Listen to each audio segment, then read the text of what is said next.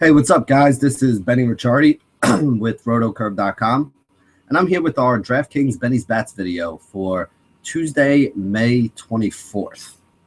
We have a big 14-game slate on tap for tonight, and as always, what we do here in the Benny's Bats section is try to take a look at every pitcher that's on the mound, figure out what their weaknesses are, and then try to figure out which bats profile to do the best against them. So let's start right at the top. The first game we're going to look at today is Baltimore against Houston. Got Chris Tillman on the mound for Baltimore, and he's actually been really good in 2016. Normally, if you look at past years, left-handed bats have been the way you want to attack them, but there's not really a lot of left-handed bats on this Houston team.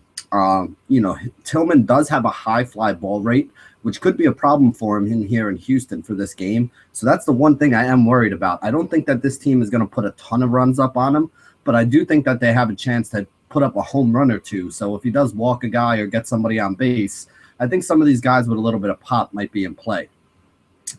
Colby Rasmus is probably the guy you really want to look at. He's a left-handed bat, been hitting cleanup in the order, does have some pop, so he's the guy who profiles to do the best against Tillman today. But I think you can look at a guy like an Altuve or a Springer or a Correa. One of these guys is going to wind up taking Tillman yard here today. So I wouldn't be stacking up Astros, but I do think you can have exposure to one or two of these guys as a one-off. And if you do hit the right guy that happens to take him deep, you're going to have a lot of upside with it. The other side of this game, we got Doug Fister on the mound, and left-handed bats are hitting over 300 against him in 2016, and they've had a higher average in the last 3 years against him as well. The guy who stands out the most to me is going to be Chris Davis. 404 WOBA, 333 ISO. He's 5 of 13 lifetime already against Fister with 2 home runs. He's the guy, the one big left-handed bat in the middle of that Orioles order that I think is in a great spot today here against Fister. Normally we would look at a guy like Manny Machado because he's so good in righty-on-righty matchups. But he's actually 390 WOBA, 252 ISO, 3 for 6 lifetime against Fister. He's looked lost at the plate lately, though. He had some of the worst at-bats, some of the worst at-bats I've ever seen against Jared Weaver the other day. Just some absolutely horrible swings. He looked like he was just, wasn't sure of himself at the plate. So I know Machado profiles well here, but it's kind of like a situation we talked about yesterday with Stanton. Even though Stanton's numbers were great, this is a guy that hadn't been hitting the ball all that well, and, he went out and didn't have a really good game. I think Machado could be in that same, that same kind of situation here today. Next game we're going to talk about, we got Cleveland going up against Chicago White Sox. Chris Sale is on the mound for the White Sox. And, let's face it, this guy's a beast. Basically going out and giving you 7+ innings every time he goes out there, getting you 6+ Ks, 2 earned runs or less. Just an absolute monster. He does give up the occasional bomb to a right-handed batter. That's the one drawback that he has, but it's usually a solo shot because he doesn't let a lot of people get on base. There are a couple bats here that I think we can look at. A guy like Mike Napoli has that power to take him deep on one. I don't really love Napoli, but I think he is a guy you can look at if you're looking for, like a one-off differentiation if you want to go against Sale. Rajay Davis, 8 of 25 lifetime against him with 4 extra base hits. Rajay Davis hits left-handed pitching really well, so he could be somebody else we could take a look at. And then Francisco Lindor, 395 WOBA, 180 ISO, 5 of 13 with a home run against Chris Sale. So he's somebody else who's had a little bit of success against him as well. So as you can see, as much as I like Sale, there are a couple guys in this Cleveland Indians team that have done well against him. So I don't think this is an incredibly soft spot, although I do still expect him to pitch pretty well. On the other side of this game, we got Josh Tomlin, and Tomlin's a guy that has reverse splits. Right-handed bats have a higher average against them. I love Jose Abreu in that situation. Abreu is very good in righty-on-righty matchups. 367 WOBA, 221 ISO. He hasn't been having a greatest year to start off with, but he has hit Tomlin well. 3 for 5 in his career with a double and a home run against him. And Abreu is pretty cheap today. I want to say he's down to like 42 or 4,300 on DraftKings. So if you're looking to fit in some of this expensive pitching and you still want a first baseman that's got some pop, I think Abreu's going to be the guy you look at. He's $600 to $1,000 cheaper than a lot of the other options that you would want to look at here. And I think he has a very, very good matchup. The only other guy I'd really look at, Adam Eaton, 361 WOBA, 167 ISO, leading off on top of that order. He's a guy that can get you a couple hits, more of a cash game play to me. He really doesn't have home run upside. He's not a huge base stealer, so he's not somebody that's going to rack up the points that way. But I do think he can get you a couple hits, score a couple runs, and be a solid cash game option for his price. Next game, we're going to talk about Kansas City at Minnesota. Edinson Volquez pitching for Kansas City. He's another guy that has reverse splits. Right-handed bats have a higher average against him over the last couple of years. There's three bats that really stand out for me on this Minnesota team. I like Eduardo Nunez, the shortstop. 362 WOBA, 143 ISO. He's 3 for 3 lifetime against Volquez. So, not only does he profile well, but we've actually seen him hit pretty well against him. And then you look at the two guys that have some power in the 3 and 4 hole, Miguel Sano and Byung-Ho Park. Sano, 367 WOBA, 238 ISO. Park, 350 WOBA, 292 ISO. So with Volquez struggling a little bit with these right-handed bats, I think that some of these right-handed power bats up there towards the top of the order are guys that you can look at. If you want to get crazy and you're going to stack them up, maybe you go with guys like Plouffe and Dozier, who hit in the 5 and 6 hole. Dozier's somebody who's really fallen off this year. Plouffe just came back from the DH, from the disabled list, so we'll give him a little bit of a break. But Dozier has really been down this year. He has not been hitting at all. But again, all these right-handed bats are guys who, profile to do well against Volquez. So I think he is going to struggle with this Minnesota team, and I wouldn't be shocked to see Minnesota put a couple runs up on him. On the other side of this game, we got Irving Santana. Left-handed bats do better against him, so a guy like Eric Hosmer definitely in play. 391 WOBA, 195 ISO, 4 of 15 lifetime, which isn't all that great against Irving Santana, but 2 of those 4 hits have been for home runs. So I do think Hosmer is another guy that you can look at. I'm looking at this Kansas City team, and the bottom of this order is much weaker than it was last year, and even the guys up towards the top haven't been hitting like they did last year. Mustako's just coming back from the DL. Alex Gordon has never been a high average kind of guy. Kendrys Morales is just having a horrible year. I'll say these Escobar is okay on top, and Lorenzo Cain is always a solid bat, but outside of Hosmer, I don't really like too many guys on this team. Next game, we can look at Cincinnati at the LA Dodgers. Ross Stripling pitching for the Dodgers. The novelty of him almost throwing a no-hitter in his first start this year is kind of worn off, and he's come back down to earth a little bit. Right-handed bats in righty-on-righty situations are hitting 289 against them with a whip of 1.50. There aren't a lot of right-handed bats I'd look at on the Cincy team. Adam Duvall is somebody who could be a long shot play. He's got a lot of power, 355 WOBA, 307 ISO score, and is limited innings in the major league so far. That's a huge power hitter's ISO score. So he could be somebody that could be like a one-off cheap guy for a home run for you. The only other guy I really like is Joey Votto. This guy's just so good, just a solid professional hitter, always gets on base, 402 WOBA, 223 ISO. Again, he's left-handed, even though Stripling has been worse in righty-on-righty situations. It's not like he's been lights out to lefties, so I do think that Votto's in a good spot here as well. On the other side of this game, we got Daniel Wright for Cincinnati making his first major league start. His minor league numbers are really good. He had 32 strikeouts in 34 innings, an ERA of 0.79 between double and triple A this year. So this is a guy that can actually pitch a little bit. I do think the left-handed bats are going to be the way to go after him, though. So a guy like Seager, 362 WOBA, 190 ISO.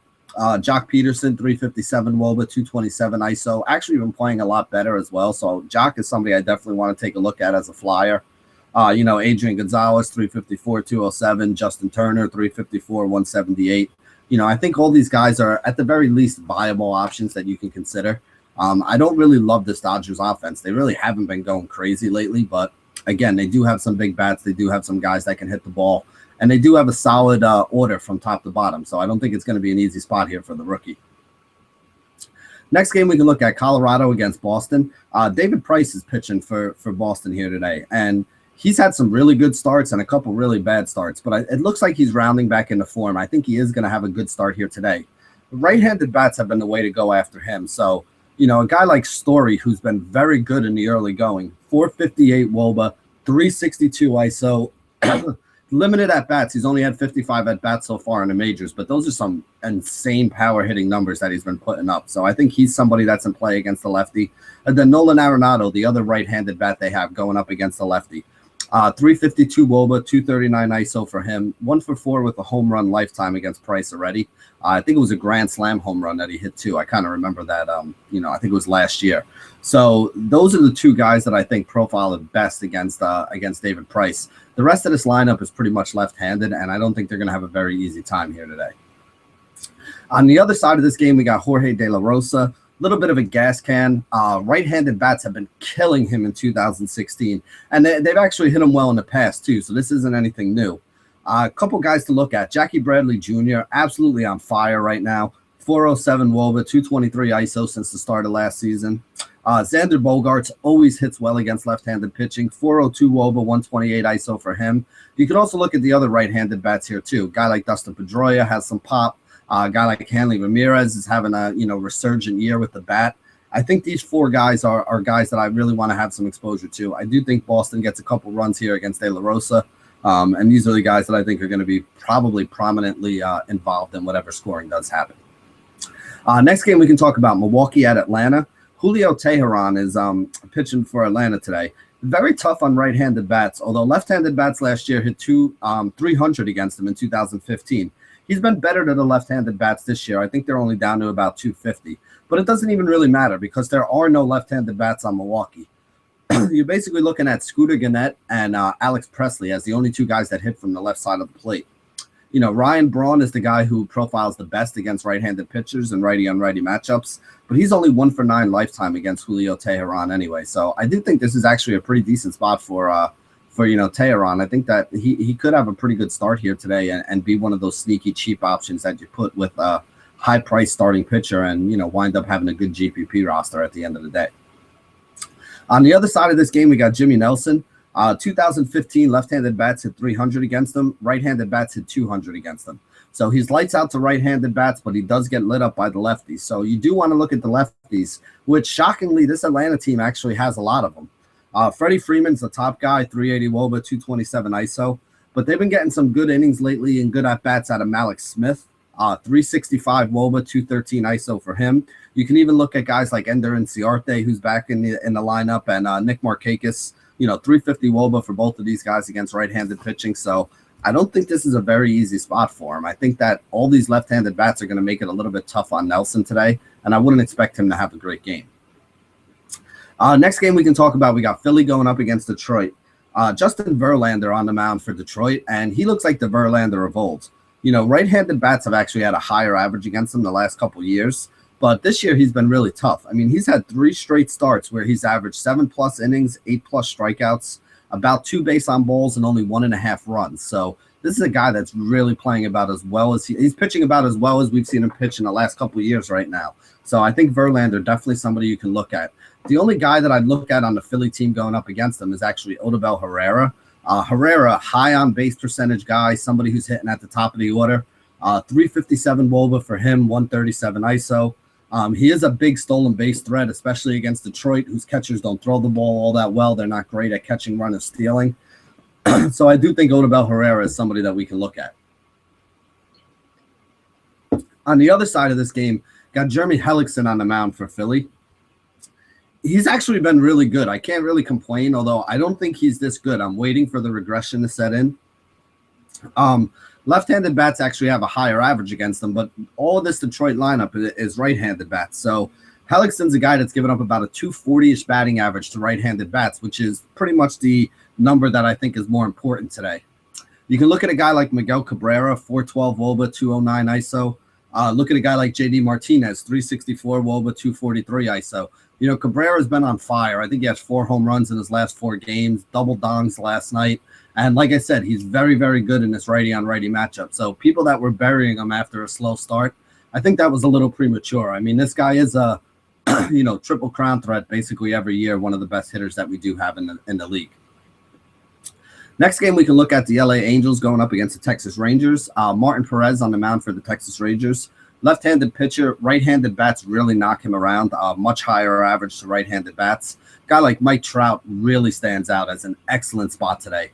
His price is ridiculous at $5,500, but 416 WOBA, 291 ISO, guy who absolutely kills left-handed pitching. I can understand why they would jack up his price. I also think you can look at some of the other righties up there that have been towards the top of the order. Guys like CJ Cron make some sense to me. Guys like, Escobar leading off. Johnny Giavotella, if he's hitting in the 2 spot of the order or if he's hitting in the 5 spot of the order. I think that these are some of the guys that you can look at here. I don't love the upside on any of them other than Trout. Cron does have a little bit of upside, but not a ton. He would be the only other guy that I'd really be looking at, to be honest with you. The other side of this game, we got Jhoulys Chacin pitching for the LA Angels. Left-handed bats have been the way to go after him, but right-handed bats have been okay too. So you can probably look at guys from either side of the plate. Chassin's just really not all that good. So I think you can look at these Texas bats. I don't really love them, though, because they really don't have a ton of upside. I mean, you got Rognan Odor as a second baseman. He's getting very expensive and really hasn't been putting up huge numbers to pay it off all that often. Ian Desmond has actually been putting up probably some of the best numbers, but righty on righty, not really the greatest spot for him.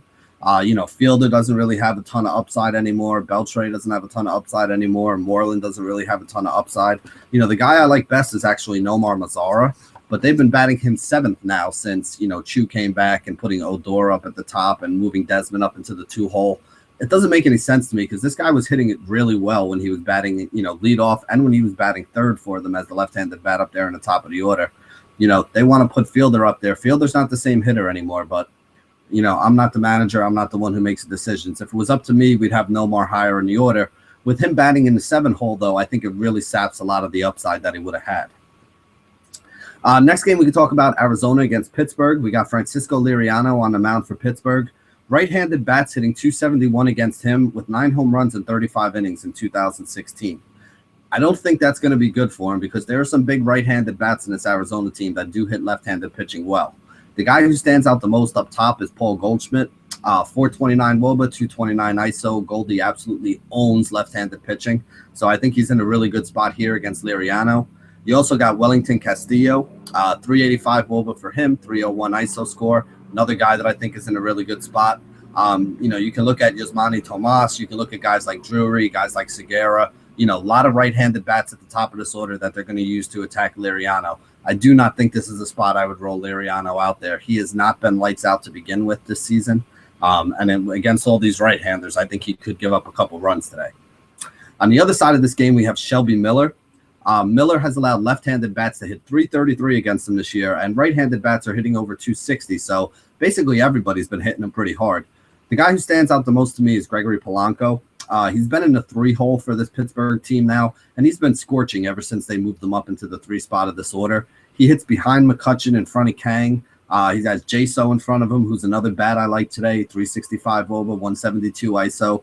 And then I do like the 2 righties as well with Kutch and, Jung Ho Kang.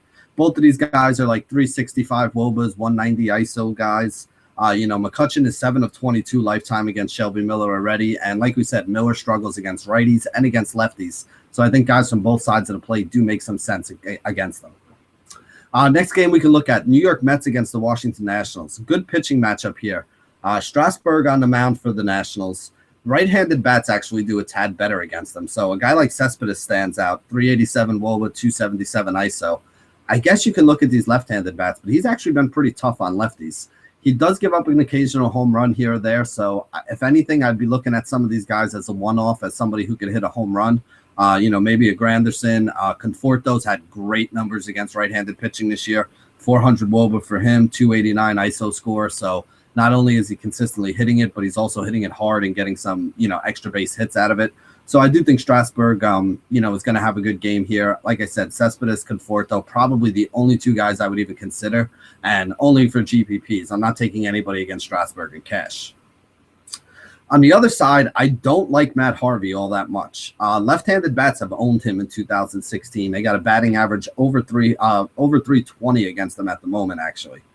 So I guess that means a guy like Bryce Harper profiles well. 464 WOBA, 343 ISO. Before this season, he was 0 for 19 against Matt Harvey. So that would be something that would concern me. But so far this year, he's 1 for 2 with a walk against them. And like I said, I don't think Harvey's the same pitcher he has been in the past. So if Harvey's going to try to go after Harper and get him out, and he's actually going to pitch to him, this could be the game where we actually see Harper get a chance to swing the bat and put up some big upside here. Harvey, like I said, he's 1 for 21 against Harvey when Harvey was pitching a lot better than he is now. So I think Harvey could decide that, maybe he's going to be a tough guy and go after Harper instead of walking him like everybody else does. So this could be the game that Harper winds up hitting a dong, maybe even 2, because I don't think that, Harvey is the same pitcher that he was. I don't think he's the same guy that, Harper was 0 for 19 against to start his career. The other guy that we're looking at left-handed bat-wise is Daniel Murphy, who, as you guys know, I love Daniel Murphy this year.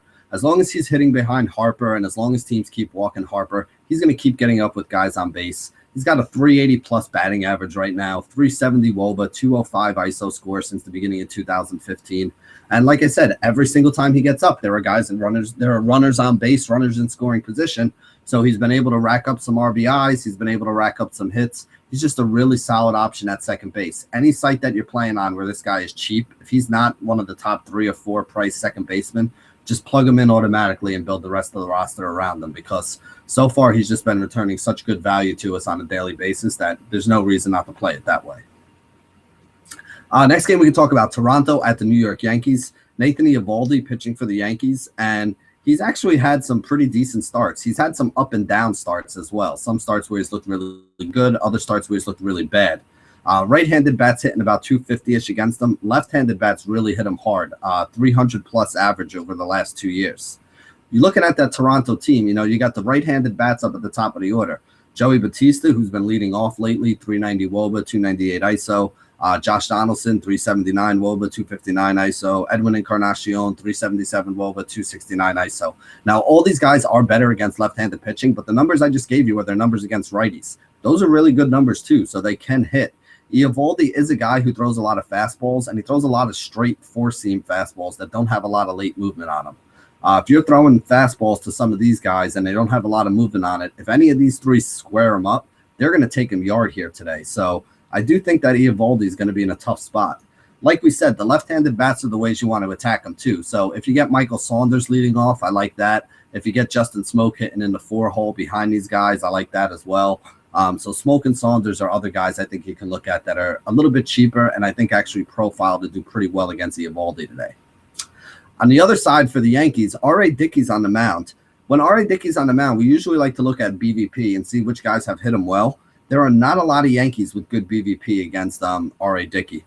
Mark Teixeira is probably the best one, 6 of 22 with 2 home runs for him. Maybe a knuckleball pitcher is what Teixeira is going to need here to get back on track because he has not been hitting well this year, which is why I'm not really loving the Yankees today because they haven't hit Dickey all that well. And, again, he's somebody that, it's a specialty pitch. It's not something that we can really look and say, well, this guy's WOBA has been good or that guy's ISO's been good. There are guys with big numbers that just can't hit a knuckleball, and there's other guys that are lifetime 200 hitters that, guys like R.A. Dickey fear when they step on the plate because they can hit the ball well. So, Tex, like I said, 6 of 22 lifetime, 2 home runs. The only other guy who kind of profiles well or has good BVP, I should say, Starlin Castro was 2 for 4 against them, but I was trying to think back. Those at-bats must have came when Castro was on the Cubs and R.A. Dickey was on the Mets. So we're talking like maybe 4 years ago that these at-bats happened. So I don't know how much you really want to take out of that other than the fact that, he did go 2 for 4 against them the last time they played. Next game, Chicago Cubs against the St. Louis Cardinals. We got Jason Hamill on the mound for the Cubs. Left-handed bats hitting about 271 against them. Right-handed bats are hitting under 200 against them. So we don't want any of the righties. Left-handed bats, Matt Carpenter, definitely the guy that stands out the most to me. 395 WOBA, 260 ISO score. One of my favorite cash game plays every day. Hits in the top of the order, gets a lot of hits, scores a lot of runs for you. He's just a solid to consistent 8 to 12 points. He does have a little bit of pop, so he does have some home run upside for you as well. He's somebody that I use more in cash games, but I guess he could even be a viable option in tournaments against a guy who's this bad against lefties. Next guy we're going to talk about on the other side of this game is Michael Wacha. Right-handed bats have actually done better against him, so a little bit of a reverse splits guy, which makes sense because you look at a guy like Chris Bryant, 379 WOBA, 214 ISO in righty-on-righty matchups. He's 3 of 10 lifetime against Wacha with a double, a triple, and a home run. So he is somebody who sees the ball well against them. All 3 of his hits have gone for extra bases, and he does profile to do pretty well against them. So I do like Chris Bryant here today. Also like Anthony Rizzo. Rizzo, 391 WOBA, 269 ISO, 10 of 22 lifetime against Michael Wacha with 2 home runs. So looking for the BVP plays of the day, I think Anthony Rizzo has to be one of those guys that's pretty high up on the list. You could also look at a guy like Dexter Fowler, 350 WOBA, 182 ISO, 2 for 4 lifetime against Wacha. Or Ben Zobrist, who's going to be up towards the top of the order as well. Another guy that I think has a little bit of upside. Last 2 games on the docket here today, we got Oakland against Seattle. Nathan Karns pitching for Seattle, and Karns has actually been pretty solid. Left-handed bats have a higher average against them, about a 250-ish batting average. But with Reddick on the DL and Chris Davis banged up too, this offense is a lot weaker. I think the only two guys you can really look at now, left-handed bat Stephen Vogt, 340 ISO, 192 WOBA, hit a home run yesterday, pretty cheap today. Could be a guy that you can throw in there against Carnes.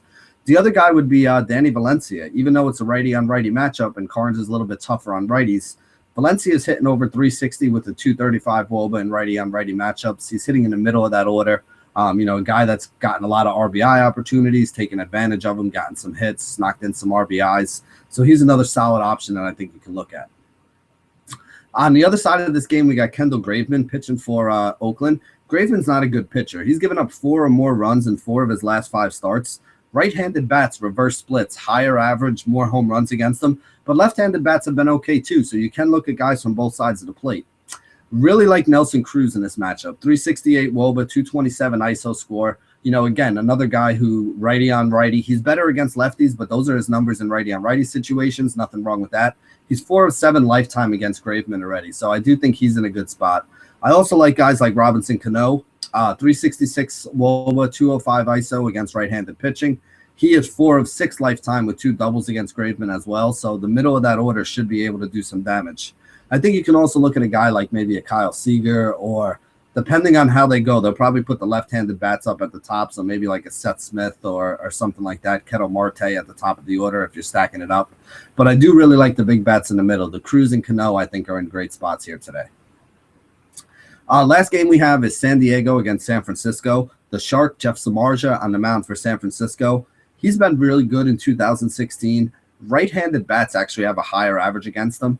But, like I said, even right-handed bats aren't doing all that well. In 2 starts versus San Diego, he's gotten 8 innings pitched, 3 hits, 1 earned run, and 8 Ks. The first start was a little bit rocky, 5 2/3, 5 hits, 5 runs, 7 Ks. So he's been averaging over 7 Ks against them and going about 6-7 innings. So if you're going to get 7 innings, 7 strikeouts, and maybe, 2 or 3 runs on, 4 to 7 hits, that's going to give you a really solid 22 to 28 fantasy point kind of day for Samardzija, which I think would be perfectly fine here against a struggling San Diego offense. On the other side of this matchup, we got Andrew Cashner. Left-handed bats have a higher average and more home runs against them, but right-handed bats have a decently high average as well. I do think you want to look at the lefties here. Guys like Denard Span, 364 WOBA, 127 ISO, 5 of 16 lifetime against Cashner. Brandon Belt, 364 WOBA, 198 ISO, 6 of 16 with a home run lifetime against Cashner. And then Joe Panic, another left-handed bat that tends to go under the radar, who I absolutely love. When they play a right-handed pitcher, he usually finds himself in the 2-hole in that order. 361 WOBA, 171 ISO, 3-4-11 lifetime with a home run. So he profiles well, and he's actually hit him pretty well throughout his career. I do think Cashner is going to get lit up for a couple runs here. I know San Francisco is not a ballpark that usually yields a ton of runs, but I do think that the Giants are in a pretty good spot here. So that wraps it up for today's 14-game slate. Thank you guys for joining us here at rotocurve.com. And as always, stay classy, DFS.